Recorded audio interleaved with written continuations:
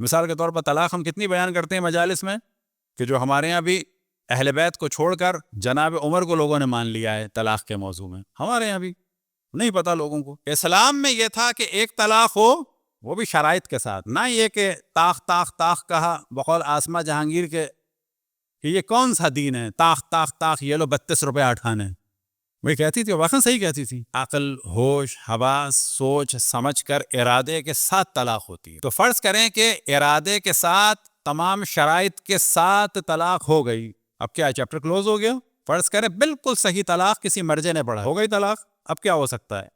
اتنا آسان ہے, یہ مرد اپنی بیوی کا یا تو ہاتھ پکڑے یا اس کو مسکرا کے دیکھے یا گاڑی کا دروازہ کھولے یا کہہ کہ چلو چلو چلو تم دوبارہ میری بیوی ہو. اس کو کہتے ہیں رجوع. نہ مولوی کی ضرورت, نہ ملا کی ضرورت, نہ عربی کی ضرورت, نہ فارسی کی ضرورت. اس کو کہتے ہیں رجوع. اللہ سبحانہ و تعالیٰ چاہتا ہے طلاق مشکل ہو جائے, رجوع آسان ہو جائے. لیکن کس کے درمیان رجوع ہو جائے؟ عدت کے درمیان. اب دوبارہ اس نے طلاق دی تو پھر کیا ہے؟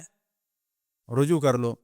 اور اگر عدت گزر چکی ہے تو کیا کر لو؟ اس مسئلے کو بعض دفعہ یوں بیان کرتے ہیں, کہیں بھی آپ کو کوئی ملے یا کسی کے ماں باپ میں طلاق ہو گئی ہو, ماں الگ بیٹھی ہے باپ الگ بیٹھا ہے, 10 سال ہو گئے, دوبارہ نکاح کرا دو. اگر اہل بیت کے ماننے والوں نکاح کرا دو.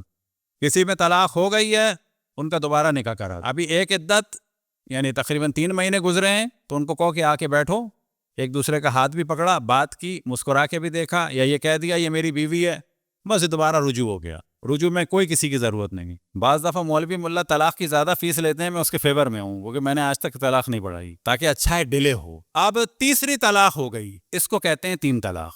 اب کیا ہے؟ اب یہ ہے کہ اب یہ خاتون آزاد کسی سے بھی شادی کر لے, نہ یہ کہ جو سلسلہ شروع ہوا ہے حلال, یہ آزاد ہو گئی ہے, کسی سے بھی شادی کر لے. اب اگر وہ آدمی مر جائے یا طلاق دے دے تو پھر سے دوبارہ ہو سکتی ہے. 3 طلاقیں الگ الگ ہوں. جناب عمر نے اپنے زمانے میں ایک بدعت کی جاری, اور یہ ہم کوئی توہین نہیں کر رہے, اہل حدیث اینن یہی کہتے ہیں یہ جناب عمر کی بدعت ہے. اہل حدیث بھی 3 طلاقوں کو ایک مجلس میں نہیں مانتے, کہتے ہیں بدعت ہے. اس حد تک اگر بیان ہو جائے تو کوئی حرج نہیں, لیکن فرض کریں پورے نکاح و طلاق کے احکام بیان ہوں, یہ غلط ہے.